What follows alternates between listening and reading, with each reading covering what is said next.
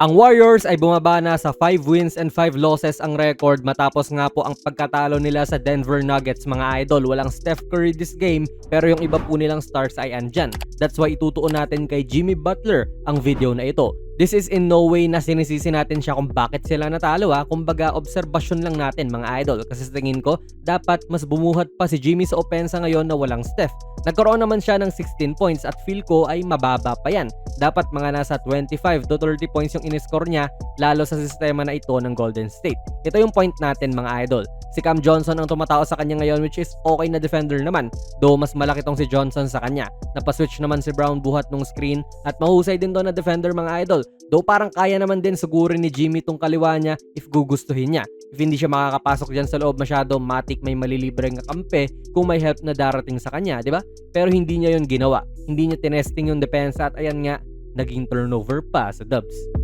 Again dito nung dumaan sa pick, nag-drop po si Joker sa kanya at kung kunwari si Steph Curry yan, malamang etos tayang ganyang depensa sa kanya. At naniniwala naman ako na kayang tusahin din ni Jimmy yung ganyang klaseng depensa at mahusay din to sa mid-range. Pero maybe masyado siyang concerned doon sa humahabol na si Gordon. But still para sa akin, kayang-kaya ni Jimmy mag-pull up rito at mukhang better shot pa nga yan kesa dito sa ginawa ni Draymond. Sa akin lang naman yun, ano bang alam ko? Ito yung sinasabi natin mga idol, kung gugustuhin ni Butler magagawa naman niya. Mahusay na Peyton Watson naman tong defender ngayon mga idol, so marami talagang mga magagaling na defenders sa Denver.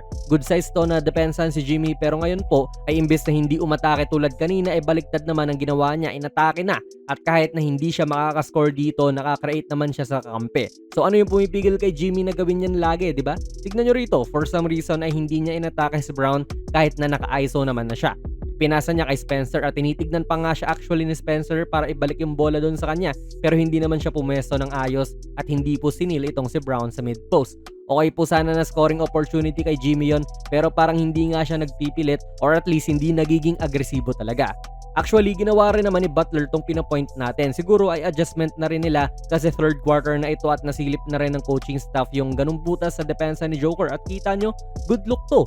Hindi po siya challenge ni Jokic at gamay na tira ni Butler yan. Ewan ko ba kung bakit this game ay hindi po nila yan ginagatas hanggang sa uminit si Jimmy at mag-adjust ang Denver.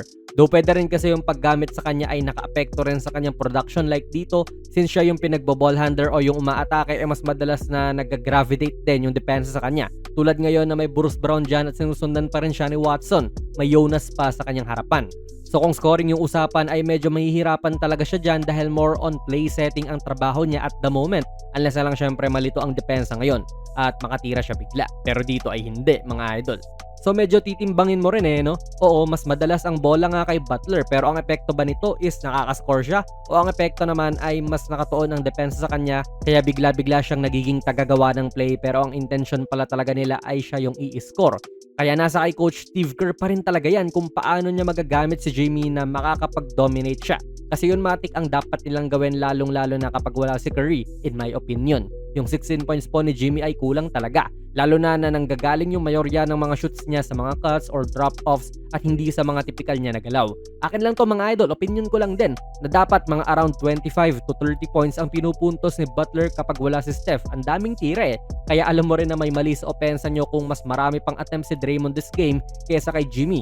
12 times pong tumira si Green sa laro na ito samantalang si Butler ay 10 times lamang.